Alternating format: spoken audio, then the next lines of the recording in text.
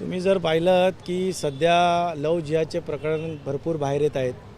सध्या अमरावती आणि नाशिकमध्ये जे TCSमध्ये जी घटना घडलेली आहे, हे जिहादी लोक आपल्या हिंदू बहिणींवर कसा डोळा ठेवून असतात, त्यांना मॅनिप्युलेशन करून, त्यांचे ब्लॅकमेलिंग करून त्यांच्याशी विवाह रचतात.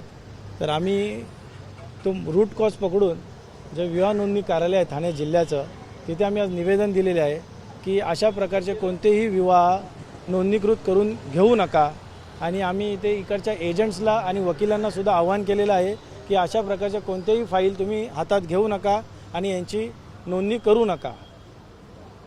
येणाऱ्या काळात यावरती निर्बंध लागतील? नक्कीच लागतील. आमचं हिंदुत्ववादी सरकार या राज्यात आहे आणि आम्ही आता सरकारला निवेदनसुद्धा देणार आहे की काही अमेंडमेंट आणा याच्यामध्ये, की जेव्हा हिंदू मुलगी आणि मुसलमान मुलगा असेल तर तेव्हा त्यांचे पालक किंवा त्यांच्यातला एखादा विटनेस हा वकील असावा, जेणेकरून ही याची तपासणी व्हावी की हिंदू मुलीला यांनी कुठे ब्लॅकमेलिंग करून तर लग्न करत नाही आहे. तर ह्यासाठी आम्ही अमेंडमेंटची मागणी करणार आहे. आपले ठाण्याचे जनसेवक आमदार संजय केळकर यांच्याकडे आम्ही आज साहेबांकडे आज मागणी करणार आहोत. किती नोंदणी झाली आहे आतापर्यंत पाहिलं तर? आता आकडा तर एकदम धक्कादायक आहे.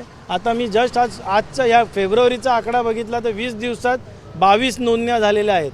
तर साधारण वर्षाला 500 ते 550चा आकडा येण्याची शक्यता आहे.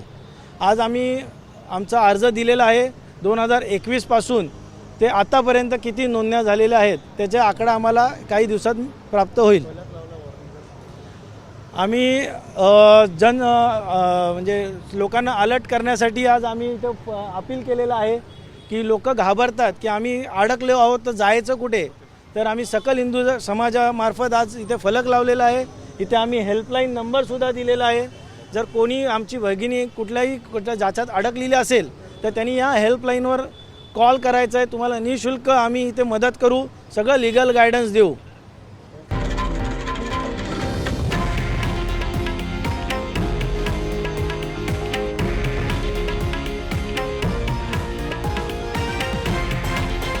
हे आहे देशातील नंबर 1 न्यूज नेटवर्क आणि आपण पाहत आहात TV9 मराठी, एकमेव.